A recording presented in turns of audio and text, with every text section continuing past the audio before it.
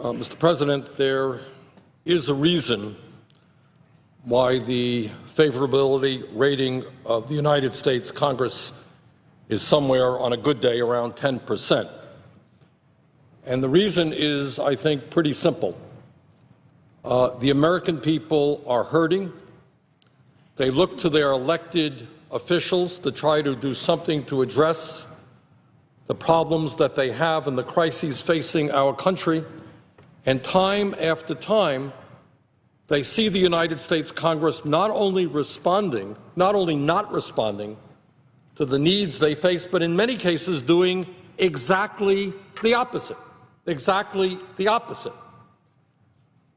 In poll after poll, the American people tell us that the most pressing issue that they face deals with the economy and high unemployment.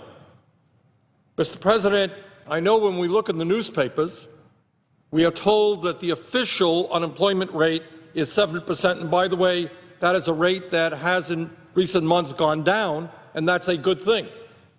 But the truth of the matter is, if you include people who have given up looking for work and people who are working part-time when they want to work full-time, real unemployment in this country is 13.2%. That is enormously high. The unemployment rate for our young people is close to 20%, and there are parts of the country where it is higher than that. African American youth unemployment is close to 40%. So what we are looking at all over this country are millions and millions of people who want jobs, who want to work, who can't find those jobs. We are looking at a younger generation of workers who cannot get into the economy. And if you're a young person and you leave high school, for example, and you can't get a job in your first year out there or your second year, if you think that this does not have a cataclysmic impact on your confidence, on your self-esteem, you are very, very mistaken. And I fear very much and worry very much about the millions of young people who are out there who are not in school, who are not working. And tragically, many of those young people will end up on drugs. Some of them are going to end up on jail. And these are issues that we have got to deal with. Now, what the American people tell us over and over again is, yes, the deficit is a serious problem. I believe it is. Everybody in the Congress believes that it is. But what the American people also say is high unemployment is an even more serious issue. According to a March 2013 Gallup poll, 75% of the American people, including 56% of Republicans, 74% of independents, and 93% of the Democrats, support, and I quote, a federal job creation law that would spend government money for a program designed to create more than 1 million new jobs, end of quote. So what the American people are saying is, yes, we have made progress in the last 4 years. We've cut the deficit in half. We've got to do more. But what the American people are saying loudly and clearly is we need to create jobs. And what they also understand, and poll after poll indicates this, that when you have an infrastructure which is crumbling, roads, bridges, water systems, wastewater plants, our rail system, when you have an infrastructure that is crumbling, we need to invest in rebuilding that infrastructure. And when you do that, you create significant numbers of jobs. That is what the American people want us to do. Mr. President, when is the last time you even heard that debate here on the floor of the Senate? The unemployment crisis, the need to create jobs. That is what the American people want us to do, and we're not even talking about that issue. Second issue the American people are very clear about. You know, it's a funny thing. Sometimes the media writes about how partisan the Congress is, how divisive the Congress is, how Senator Grassley and I supposedly hate each other, we don't talk to each other, and all that nonsense. That's not the reality. The truth is that among the American people, surprisingly enough, there is a lot of consensus, I mentioned a moment ago that the American people very strongly believe that we should invest in our infrastructure and create jobs. Unfortunately, that is not what we're doing. And here's another issue, Mr. President, that the American people are loud and clear upon. They understand that tragically, in today's economy, most of the new jobs that are being created are not good-paying jobs. That is the sad reality. Most of the new jobs that are being created in today's economy are low-wage jobs, and many of them are part-time jobs. So if you're making $8, $9 an hour and you're working 30 hours a week, you're going to have a very hard time supporting yourself, let alone a family. So what do the American people say? They say, raise the minimum wage. Raise the minimum wage. And let me quote from today's Wall Street Journal, Quote, Americans strongly favor boosting the federal minimum wage to $10.10 an hour, but oppose raising it above that. A Wall Street Journal NBC News poll finds. In the survey, 63% supported a rise to $10.10 an hour from the current $7.25 rate. End of quote. 63% of the American people support that. Democrats strongly support it. Independents support it. Many Republicans support it. One would think, therefore, when the vast majority of the American people understand that $7.25 an hour is a starvation wage and that we need to raise the minimum wage to at least $10.10 an hour, that we'd be moving on it. That maybe we get a UC on it, unanimous consent. Let's get it done. I fear very much that right here in the Senate, we are going to have a very, very difficult time gaining 60 votes. I hope that I am wrong. I sincerely do. But I'm not aware at this point that there are any Republicans prepared to support an increase of the minimum wage to $10.10 an hour. And I believe that in the Republican-controlled House, it would be extremely difficult to get legislation widely supported by the American people through that body. But not only will my Republican colleagues not do what the American people want in terms of raising the minimum wage, quite incredibly, Mr. President, I have to tell you that many of my Republican colleagues do not believe in the concept of the minimum wage. Many of them believe we should abolish the concept of the minimum wage, so that if you're in a situation in a high unemployment area where workers are desperate for work, and an employer says, well, here's $4 an hour, take it or leave it, well, that's okay for some of my Republican colleagues. So again, we are in a situation where the vast majority of the American people want to do something about low wages. They want to raise the minimum wage, and we're going to have a very, very difficult time getting that legislation through. And I hope I'm wrong. But I do know that unless the American people stand up, get on the phone, start calling their senators and members of Congress, we probably will not succeed in doing what the American people want. And interestingly enough, Mr. President, what the American people also understand is that raising the minimum wage will help us with the federal deficit in a variety of ways. It may be a surprise to some Americans to know that the largest welfare recipient in the United States of America happens, coincidentally, to be the wealthiest family in America. The Walton family, who own Walmarts, are worth about $100 billion. They are the wealthiest family in America. They own more wealth as one family than the bottom 40% of the American people. Extraordinary wealth. And one of the reasons they are so wealthy is the American taxpayer subsidizes Walmart because Walmart pays low wages, provides minimal benefits, and many of their workers end up on Medicaid, they end up on food stamps, they end up in government-subsidized housing. Now, I'm not quite sure why the middle class and working families of this country have to subsidize the Walton family because they pay wages that are inadequate for their workers to live a dignified life. So my hope is that when the American people are loud and clear about the need to raise the minimum wage, that Congress will respond. But I have to tell you, I have my doubts.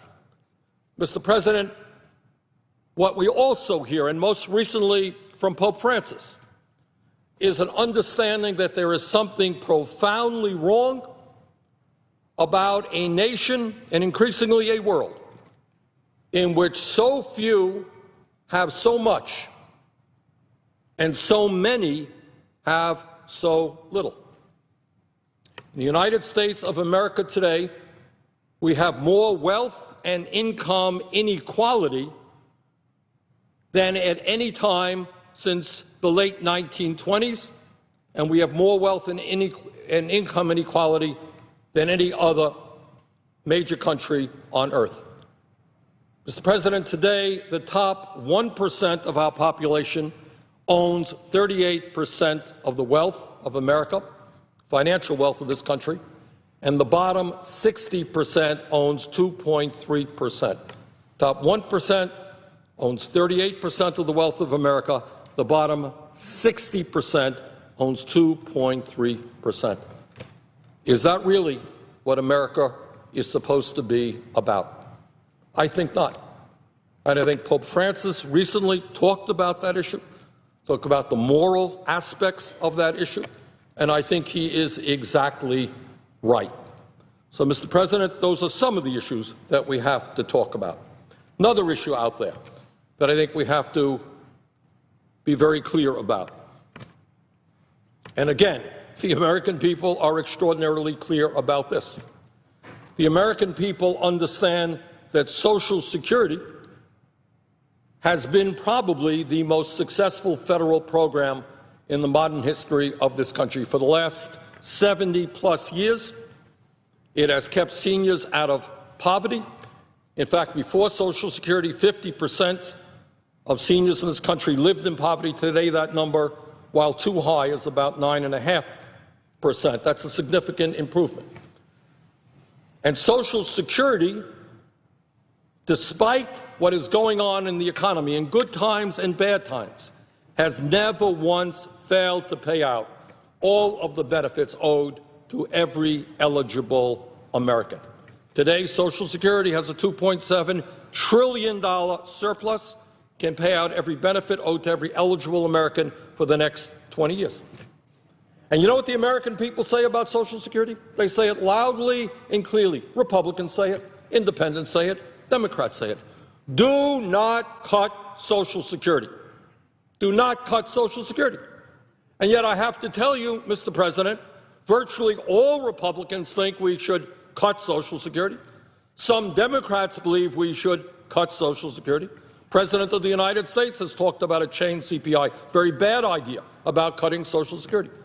Maybe we should listen to the American people and make it very clear, no, we're not going to cut Social Security. In fact, we're going to take a new look at Social Security and see not only how we can make it solvent not just for 20 years, but for 50 years, and in addition to that, increase benefits. And there are pretty easy ways to do that, including lifting the cap on taxable income that goes into the Social Security Trust Fund. As you know, Mr. President, today somebody makes $100 million, somebody makes $113,000. They both contribute the same amount into the Social Security Trust Fund. Lift that cap. You could start at a level of $250,000. You'll solve the Social Security solvency issue for the next 50, 60 years. And that is exactly what we should do, and that is what the American people want us to do. In terms of Medicare, people say, well, Medicare has financial problems. It does. But the issue, and interestingly enough, It gets back to what Senator Graham was talking about. He was talking about his health care plan. South Carolina sounds like a pretty bad plan to me. I agree with him. But what's the issue there? The issue that we have got to look at, which we don't for obvious reasons, is how does it happen, Mr. President, that in the United States of America, before the Affordable Care Act, things will change a little bit, before the Affordable Care Act, we have 48 million people who are uninsured. We had tens of millions more people who have high deductibles, like Senator Graham, $6,000 deductibles in comprehensive, high co-payments, and yet at the end of the day, 48 million people uninsured, high deductibles, high co-payments, health outcomes that are not particularly good, better than some countries, worse than many other countries, infant mortality, worse, longevity, worse, life expectancy, worse.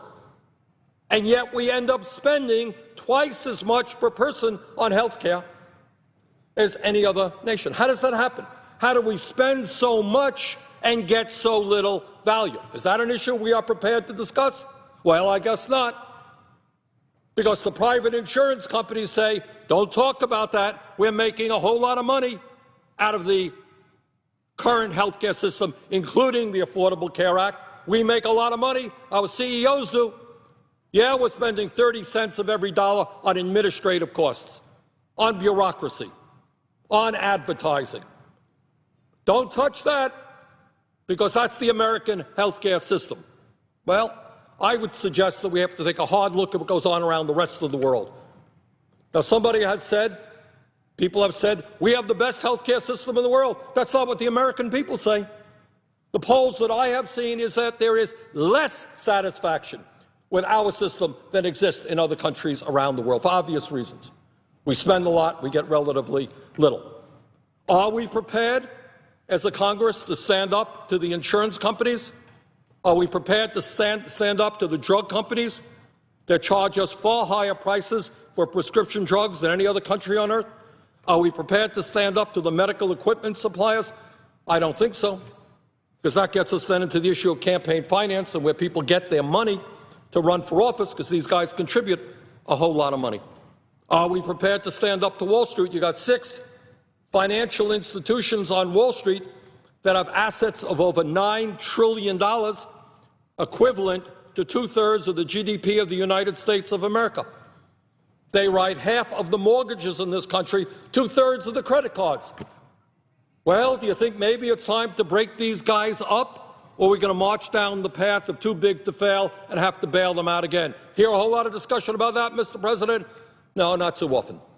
So let me conclude, and last point that I want to make is we had the president of the World Bank here just yesterday talking about global warming. As I think most people know, virtually the entire scientific community, people who study the issue of global warming, understand that the planet is warming significantly, that it is already causing devastating problems, that the issue is man-made, and that if we do not address this crisis by cutting greenhouse gas emissions, moving away from fossil fuel, the habitability of this planet for our kids and our grandchildren is very, very much in question. That's what the scientific community says.